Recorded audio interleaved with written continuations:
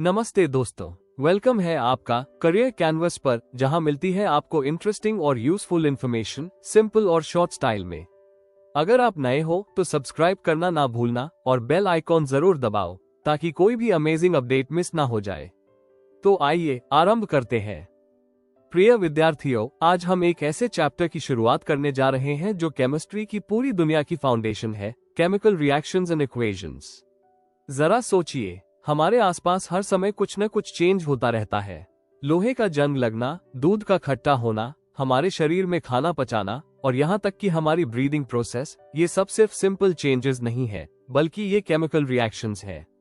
यानी ऐसी प्रोसेसेस जिनमें एक सब्सटेंस बदलकर पूरी तरह नया सब्सटेंस बन जाता है, जिसके प्रॉपर्टीज भी अलग होते हैं। अब सवाल ये है कि हम इन चेंजेस को समझें कैसे, इन्हें लिखें कैसे और इनका सही तरीके से स्टडी कैसे करें। यहीं पर केमिकल इक्वेशंस काम आती है, जो केमिस्ट्री की लैंग्वेज की तरह होती है। जैसे हम अपनी फीलिंग्स को वर्ड्स में एक्सप्रेस करते हैं, वैसे ही रिएक्शंस को इक्वेशंस के थ्रू एक्सप्रेस किया जाता है। इस चैप्टर में हम सीखेंगे कि रिएक्शंस कैसे होती है, उन्हें सही तरीके से रिप्रेजेंट कैसे किया जाता है और बैलेंसिंग क्यों इतनी जरूरी होती है। साथ ही हम अलग अलग टाइप्स ऑफ रिएक्शंस को भी समझेंगे और उनके रियल लाइफ इंपॉर्टेंस को जानेंगे। अगर आप इस चैप्टर को गहराई से समझ लेते हैं तो आगे की केमिस्ट्री आपके लिए बहुत आसान हो जाएगी, क्योंकि यह चैप्टर आपके पूरे सब्जेक्ट की स्ट्रॉन्ग बेस तैयार करता है। अब बच्चों, सबसे पहले हम समझते हैं कि आखिर केमिकल रिएक्शन होती क्या है। जब एक या एक से अधिक सब्सटेंसेस, जिन्हें हम रिएक्टेंट्स कहते हैं, आपस में रिएक्ट करके नए सब्सटेंसेस बनाते हैं, जिन्हें प्रोडक्ट्स कहा जाता है, तो इस प्रोसेस को केमिकल रिएक्शन कहते हैं। ध्यान देने वाली बात यह है कि जो न्यू सब्सटेंसेस बनते हैं, उनके प्रॉपर्टीज पहले वाले सब्सटेंसेस से पूरी तरह अलग होते हैं। यही वजह है कि इसे सिर्फ चेंज नहीं, बल्कि केमिकल चेंज कहा जाता है। अब अगर हम अपने डेली लाइफ को ध्यान से देखें, तो हमें हर जगह केमिकल रिएक्शंस नजर आएंगी। जैसे दूध का खट्टा होना, इसमें बैक्टीरिया की एक्टिविटी के कारण मिल्क का केमिकल कॉम्पोजिशन बदल जाता है। लोहे का जंग लगना, इसमें आयन, ऑक्सीजन और मॉइस्चर के साथ रिएक्ट करके आयन ऑक्साइड बनाता है। हमारे शरीर में डाइजेशन, खाना छोटे छोटे मॉलिक्यूल्स में ब्रेक होकर एनर्जी देता है। रेस्पिरेशन, ऑक्सीजन और ग्लूकोज रिएक्ट करके कार्बन डाइऑक्साइड, वाटर और एनर्जी बनाते हैं।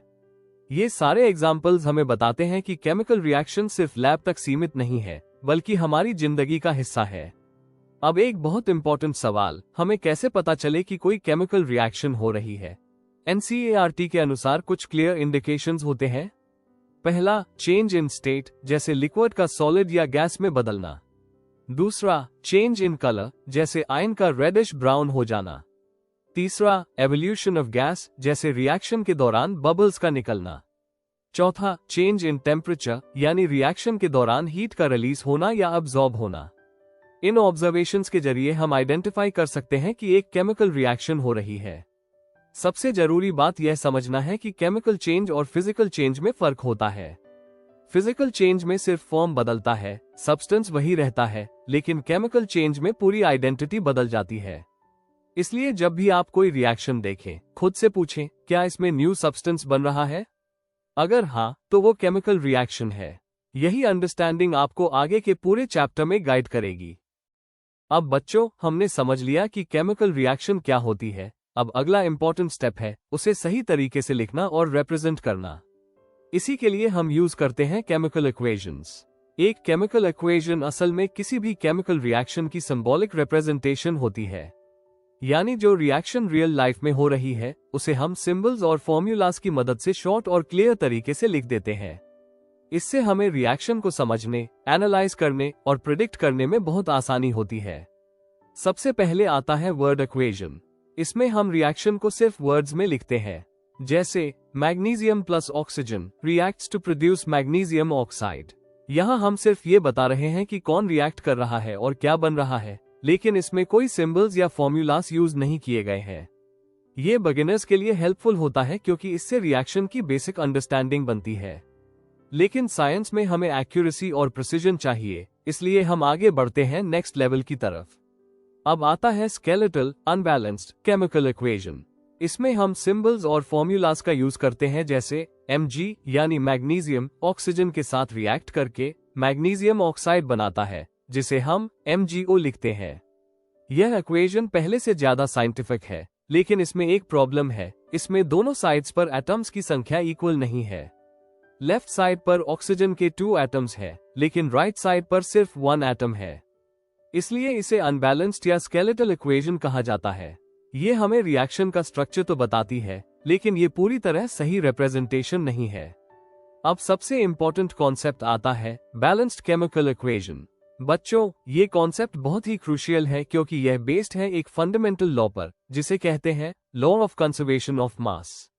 इस लॉ के अनुसार मास न तो क्रिएट हो सकता है और न ही डिस्ट्रॉय, वो सिर्फ एक फॉर्म से दूसरे फॉर्म में कन्वर्ट होता है। इसका मतलब ये हुआ कि रिएक्शन के पहले और बाद में टोटल एटम्स की संख्या बराबर होनी चाहिए।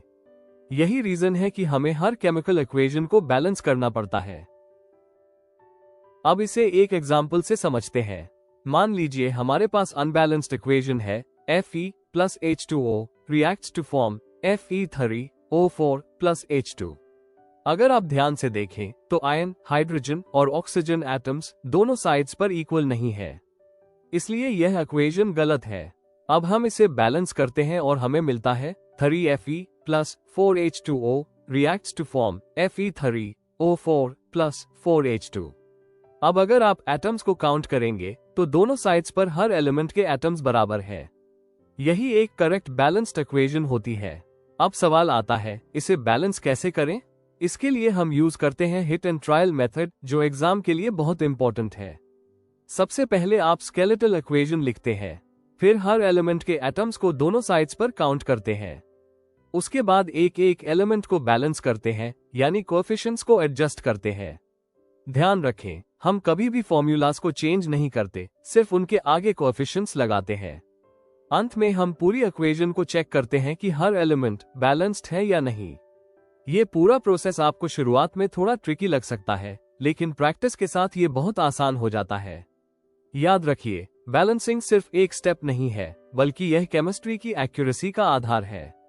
अगर इक्वेशन बैलेंस्ड नहीं है तो आपकी पूरी अंडरस्टैंडिंग गलत हो सकती है। इसलिए इस कॉन्सेप्ट को डीपली समझना और बार बार प्रैक्टिस करना बहुत जरूरी है। यही स्किल आपको आगे के कॉम्प्लेक्स रिएक्शंस और न्यूमेरिकल्स में बहुत हेल्प करेगी। बच्चों, अब तक हमने ये समझ लिया कि केमिकल इक्वेशन क्या होती है और उसे बैलेंस कैसे किया जाता है, लेकिन एक और बहुत इंपॉर्टेंट स्टेप है कंप्लीट केमिकल इक्वेशन लिखना। क्योंकि सिर्फ बैलेंस्ड इक्वेशन लिख देना ही काफी नहीं होता, हमें रिएक्शन की पूरी इंफॉर्मेशन भी देनी होती है, ताकि कोई भी व्यक्ति उस इक्वेशन को देखकर पूरी रिएक्शन को क्लियरली समझ सके। यही रीजन है कि हम इक्वेशन में कुछ एक्स्ट्रा डिटेल्स जोड़ते हैं, जैसे फिजिकल स्टेट्स और रिएक्शन कंडीशंस। सबसे पहले बात करते हैं फिजिकल स्टेट्स की। हर सब्सटेंस किसी न किसी स्टेट में होता है, सॉलिड, लिक्विड, गैस या एक्वियस। इसलिए हम सिंबल्स का यूज करते हैं, जैसे S for solid, L for liquid, G for gas और AQ फॉर एक्वियस, यानी जब कोई सब्सटेंस पानी में डिसॉल्व होता है। जब हम इन सिंबल्स को इक्वेशन में लिखते हैं तो हमें यह क्लियर हो जाता है कि रिएक्शन किस फॉर्म में हो रही है। जैसे एग्जाम्पल में 3Fe solid plus 4H2O gas reacts to form Fe3O4 solid plus 4H2 gas. यहाँ हम क्लियरली देख सकते हैं कि आयन सॉलिड है, वाटर गैस फॉर्म में है और हाइड्रोजन गैस के रूप में निकल रही है। इससे रिएक्शन की अंडरस्टैंडिंग और भी क्लियर हो जाती है। अब दूसरी इंपॉर्टेंट चीज है रिएक्शन कंडीशंस। हर रिएक्शन अपने आप नहीं होती, कुछ रिएक्शंस को होने के लिए स्पेसिफिक कंडीशंस चाहिए होती हैं, जैसे टेम्परेचर, प्रेशर या कैटलिस्ट। इन कंडीशंस को हम एरो के ऊपर या नीचे लिखते हैं। इससे ये पता चलता है कि रिएक्शन किन परिस्थितियों में पॉसिबल है। उदाहरण के लिए, कुछ रिएक्शंस हाई टेम्परेचर पर ही होती हैं, कुछ में कैटलिस्ट की जरूरत होती है जो रिएक्शन को फास्ट बनाता है, लेकिन खुद चेंज नहीं होता। तो बच्चों, एक कंप्लीट केमिकल इक्वेशन वही होती है जिसमें बैलेंस्ड फॉर्म के साथ साथ फिजिकल स्टेट्स और कंडीशंस भी क्लियरली मेंशन हो। इससे आपकी आंसर राइटिंग भी स्ट्रांग होती है और एग्जामिनर को दिखता है कि आपकी अंडरस्टैंडिंग डीप है, सिर्फ सरफेस लेवल नहीं। अब बच्चों, हम आते हैं इस चैप्टर के सबसे इंटरेस्टिंग और इम्पोर्टेंट पार्ट पर, टाइप्स ऑफ केमिकल रिएक्शंस। जब हम रिएक्शंस को अलग अलग कैटेगरीज में डिवाइड करते हैं तो हमें उन्हें समझना और याद रखना बहुत आसान हो जाता है। हर टाइप की रिएक्शन का अपना पैटर्न और लॉजिक होता है, जिसे अगर आप समझ लें तो आप किसी भी रिएक्शन को आसानी से पहचान सकते हैं। सबसे पहले है कॉम्बिनेशन रिएक्शन। जैसा कि नाम से ही पता चलता है, इसमें दो या दो से ज्यादा सब्सटेंसेस मिलकर एक सिंगल प्रोडक्ट बनाते हैं, यानी multiple reactants creates one product. उदाहरण के लिए कैल्शियम ऑक्साइड पानी के साथ रिएक्ट करके कैल्शियम हाइड्रोक्साइड बनाता है और साथ में हीट रिलीज होती है। ऐसी रिएक्शंस अक्सर एक्सोथर्मिक होती है, यानी इनमें हीट रिलीज होती है। इसका मतलब रिएक्शन के दौरान एनर्जी बाहर निकलती है, जिसे हम महसूस भी कर सकते हैं। अब अगला टाइप है डिकॉम्पोजिशन रिएक्शन। ये कॉम्बिनेशन रिएक्शन का बिल्कुल ऑपोजिट है। इसमें एक सिंगल सब्सटेंस टूटकर दो या दो से ज्यादा सिंपलर सब्सटेंसेस में कन्वर्ट हो जाता है। जैसे CaCO3 decomposes to form CaO plus CO2। यहाँ कैल्शियम कार्बोनेट हीट देने पर कैल्शियम ऑक्साइड और कार्बन डाइऑक्साइड में टूट जाता है। डिकॉम्पोजिशन रिएक्शंस के भी तीन इंपॉर्टेंट टाइप्स होते हैं। पहला है थर्मल डिकॉम्पोजिशन, जिसमें हीट की मदद से सब्सटेंस टूटता है। दूसरा है इलेक्ट्रोलिटिक डिकॉम्पोजिशन, जिसमें इलेक्ट्रिसिटी का यूज किया जाता है, जैसे वाटर का H2 और ऑक्सीजन में ब्रेकडाउन। तीसरा है फोटोलिटिक डिकॉम्पोजिशन, जिसमें लाइट की मदद से रिएक्शन होती है, जैसे सिल्वर क्लोराइड टूटकर सिल्वर और क्लोरीन गैस बनाता है। ये तीनों टाइप्स एग्जाम में बहुत इंपॉर्टेंट होते हैं, इसलिए इनका कॉन्सेप्ट क्लियर होना चाहिए। अब बात करते हैं डिस्प्लेसमेंट रिएक्शन की। इसमें एक मोर रिएक्टिव एलिमेंट एक लेस रिएक्टिव एलिमेंट को उसके कंपाउंड से रिप्लेस कर देता है। जैसे आयन कॉपर सल्फेट के साथ रिएक्ट करके आयन सल्फेट और कॉपर बनाता है। यहाँ आयन कॉपर से ज्यादा रिएक्टिव है, इसलिए वो कॉपर को उसके कंपाउंड से बाहर निकाल देता है। ये पूरा कॉन्सेप्ट रिएक्टिविटी सीरीज पर बेस्ड होता है, जिसमें एलिमेंट्स की रिएक्टिविटी ऑर्डर में होती है, जैसे जिंक, आयन, लेड, ये सब कॉपर से ज्यादा रिएक्टिव होते हैं। अब आता है डबल डिस्प्लेसमेंट रिएक्शन। इसमें दो कॉम्पाउंड्स आपस में रिएक्ट करके अपने आइकन्स को एक्सचेंज करते हैं, यानी दोनों कॉम्पाउंड्स के पार्ट्स आपस में स्वैप हो जाते हैं। उदाहरण के लिए सोडियम सल्फेट बेरियम क्लोराइड के साथ रिएक्ट करके बेरियम सल्फेट और सोडियम क्लोराइड बनाता है। यहाँ सोडियम और बेरियम अपने पार्टनर्स बदल लेते हैं। इसका एक स्पेशल केस होता है प्रेसिपिटेशन रिएक्शन। इसमें रिएक्शन के दौरान एक अनसॉल्युबल सॉलिड बनता है, जिसे प्रेसिपिटेट कहते हैं। जैसे ऊपर वाले एग्जाम्पल में बेरियम सल्फेट एक व्हाइट प्रेसिपिटेट के रूप में बनता है। ये रिएक्शन हमें विजुअली भी दिखती है, क्योंकि सॉल्यूशन में एक सॉलिड सेटल हो जाता है। अब हम समझते हैं एक्सोथर्मिक और एंडोथर्मिक रिएक्शंस। एक्सोथर्मिक रिएक्शंस में हीट रिलीज होती है, जैसे मीथेन का कंबस्शन मीथेन ऑक्सीजन के साथ रिएक्ट करके कार्बन डाइऑक्साइड और वाटर बनाता है और साथ में हीट रिलीज होती है। यहाँ एनर्जी बाहर निकलती है। वहीं एंडोथर्मिक रिएक्शंस में हीट अब्सॉर्ब होती है, यानी रिएक्शन को होने के लिए एनर्जी अंदर लेनी पड़ती है। अधिकांश डिकॉम्पोजिशन रिएक्शंस इसी कैटेगरी में आती है। अब सबसे इंपॉर्टेंट कॉन्सेप्ट आता है ऑक्सीडेशन एंड रिडक्शन, जिसे हम साथ में रीडॉक्स रिएक्शन कहते हैं। ऑक्सीडेशन का मतलब होता है ऑक्सीजन का गेन या हाइड्रोजन का लॉस, जबकि रिडक्शन का मतलब होता है ऑक्सीजन का लॉस या हाइड्रोजन का गेन। ये दोनों प्रोसेसेस हमेशा साथ साथ होती है, यानी अगर एक सब्सटेंस ऑक्सीडाइज्ड हो रहा है तो दूसरा जरूर रिड्यूस्ड हो रहा होगा। इसे एग्जाम्पल से समझते हैं। कॉपर ऑक्साइड हाइड्रोजन के साथ रिएक्ट करके कॉपर और वाटर बनाता है। यहाँ कॉपर ऑक्साइड ऑक्सीजन लूज कर रहा है, इसलिए ये रिड्यूस्ड हो रहा है, और हाइड्रोजन ऑक्सीजन गेन कर रहा है, इसलिए वो ऑक्सीडाइज्ड हो रहा है। यही रीजन है कि इसे रीडॉक्स रिएक्शन कहा जाता है। तो बच्चों, अगर आप इन सभी टाइप्स को लॉजिकली समझ लेते हैं तो केमिस्ट्री आपको कभी मुश्किल नहीं लगेगी। हर रिएक्शन के पीछे एक क्लियर पैटर्न और रीजनिंग होती है। आपको बस उसे पहचानना और कनेक्ट करना है। यही डीप अंडरस्टैंडिंग आपको एग्जाम्स में भी कॉन्फिडेंस देगी और रियल लाइफ में भी साइंस को समझने की एबिलिटी बढ़ाएगी। बच्चों, अब तक हमने ऑक्सीडेशन और रिडक्शन को कॉन्सेप्ट के रूप में समझा, लेकिन अब हम देखेंगे कि ऑक्सीडेशन हमारे डेली लाइफ पर कैसे असर डालती है। केमिस्ट्री सिर्फ किताबों तक सीमित नहीं है, बल्कि हमारे आसपास हर दिन जो चेंजेस होते हैं उनमें इसका सीधा कनेक्शन होता है। सबसे पहला इफेक्ट है कोरोजन। कोरोजन का मतलब होता है मेटल्स का धीरे धीरे खराब होना जब वे एनवायरनमेंट के साथ रिएक्ट करते हैं। इसका सबसे कॉमन एग्जाम्पल है आयन का रस्टिंग यानी जंग लगना। जब आयन ऑक्सीजन और मॉइस्चर के कांटेक्ट में आता है तो वह आयन ऑक्साइड बनाता है, जिसे हम रस्ट कहते हैं। ये प्रोसेस धीरे धीरे मेटल को कमजोर कर देती है, जिससे ब्रिजेस, मशीन्स और व्हीकल्स तक डैमेज हो सकते हैं। अब सवाल आता है, क्या हम कोरोजन को रोक सकते हैं?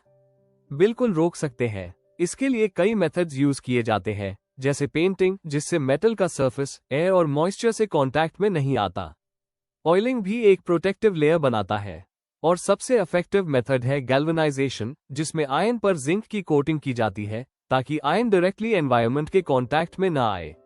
ये कॉन्सेप्ट हमें सिखाता है कि केमिस्ट्री का सही यूज करके हम रियल लाइफ प्रॉब्लम्स को कंट्रोल कर सकते हैं। अब दूसरा इंपॉर्टेंट इफेक्ट है रैंसिडिटी।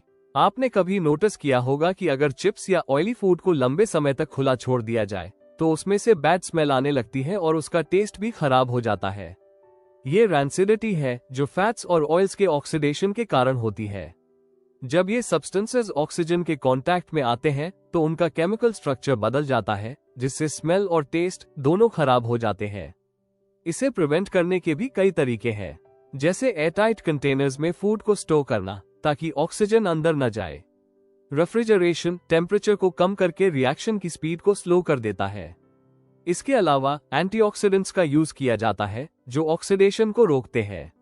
आपने देखा होगा कि चिप्स के पैकेट्स में नाइट्रोजन गैस भरी होती है ताकि ऑक्सीजन को रिप्लेस किया जा सके और फूड फ्रेश रहे। तो बच्चों, कोरोजन और रैंसिडिटी हमें ये सिखाते हैं कि ऑक्सीडेशन सिर्फ थियरी नहीं है, बल्कि इसका सीधा असर हमारी जिंदगी और इकोनॉमी दोनों पर पड़ता है। अगर हम इन प्रोसेसेस को समझ लें तो हम उनसे बचने के इफेक्टिव सॉल्यूशंस भी ढूंढ सकते हैं। अब बच्चों, हम इस चैप्टर के कुछ सबसे इंपॉर्टेंट पॉइंट्स को रिवाइज करते हैं जिन्हें आपको हमेशा याद रखना है, क्योंकि ये एग्जाम के पर्सपेक्टिव से बहुत क्रूशियल है। सबसे पहला और सबसे इंपॉर्टेंट पॉइंट, हर केमिकल इक्वेशन को बैलेंस्ड होना चाहिए। अगर इक्वेशन बैलेंस्ड नहीं है तो वो साइंटिफिकली करेक्ट नहीं मानी जाएगी। दूसरा, कॉम्बिनेशन रिएक्शन में हमेशा एक सिंगल प्रोडक्ट बनता है, यानी मल्टीपल रिएक्टेंट्स मिलकर एक प्रोडक्ट देते हैं। तीसरा, डिकॉम्पोजिशन रिएक्शन में एक सब्सटेंस टूटकर कई सिंपलर सब्सटेंसेस बनाता है। चौथा, डिस्प्लेसमेंट रिएक्शन में एक more reactive element less reactive element को रिप्लेस करता है। पांचवा, डबल डिस्प्लेसमेंट रिएक्शन में दो कॉम्पाउंड्स अपने आइकन्स एक्सचेंज करते हैं। इसके बाद प्रेसिपिटेशन रिएक्शन को याद रखें, जिसमें इनसॉल्युबल सॉलिड बनता है जो सॉल्यूशन से अलग दिखता है। और सबसे इंपॉर्टेंट डेफिनेशंस, ऑक्सीडेशन का मतलब है ऑक्सीजन का गेन, जबकि रिडक्शन का मतलब है ऑक्सीजन का लॉस। अगर आप इन की पॉइंट्स को क्लियरली समझ लेते हैं और कंफ्यूज नहीं होते तो आप हाफ बैटल जीत चुके होते हैं, क्योंकि एग्जाम में क्वेश्चंस अक्सर इन्हीं कॉन्सेप्ट्स के अराउंड घूमते हैं। इसलिए इन्हें सिर्फ रटने की बजाय लॉजिकली समझना ज्यादा जरूरी है। प्रिय विद्यार्थियों, इस पूरे चैप्टर को अगर हम एक लाइन में समझें तो केमिकल रिएक्शंस ही हमारे आसपास होने वाले हर चेंज की फाउंडेशन है। चाहे वो नेचर में हो या हमारे डेली लाइफ में, हर जगह केमिस्ट्री काम कर रही है। इस चैप्टर ने हमें सिखाया कि रिएक्शंस को हम कैसे बैलेंस्ड केमिकल इक्वेशंस के थ्रू रिप्रेजेंट कर सकते हैं और उनके पीछे का साइंटिफिक लॉजिक क्या होता है। हमने अलग अलग टाइप्स ऑफ रिएक्शंस को समझा, जिससे हमें यह एबिलिटी मिली कि हम किसी भी रिएक्शन को क्लासिफाई और प्रिडिक्ट कर सकें। साथ ही ऑक्सीडेशन, कोरोजन और रैंसिडिटी जैसे कॉन्सेप्ट्स ने हमें यह दिखाया कि केमिस्ट्री का रियल लाइफ इंपॉर्टेंस कितना बड़ा है। अगर आप इस चैप्टर को सच में डीपली समझ लेते हैं तो आप सिर्फ एग्जाम के लिए नहीं बल्कि रियल वर्ल्ड को भी एक साइंटिफिक नजर से देखना शुरू कर देते हैं। यही इस चैप्टर की असली ताकत है। ये हमें एवरीडे फिनोमिना के पीछे छुपे लॉजिक को समझने की पावर देता है और आगे की केमिस्ट्री के लिए एक मजबूत बेस तैयार करता है। Thank you. अगर वीडियो पसंद आया हो तो एक लाइक जरूर कर देना और कमेंट में बताओ आपका क्या थॉट है। चैनल को सब्सक्राइब करो और शेयर करो अपने दोस्तों के साथ। नॉलेज बढ़ाओ फन के साथ। मिलते हैं नेक्स्ट वीडियो में, तब तक के लिए stay curious and keep learning and follow the career canvas, freedom to dream big.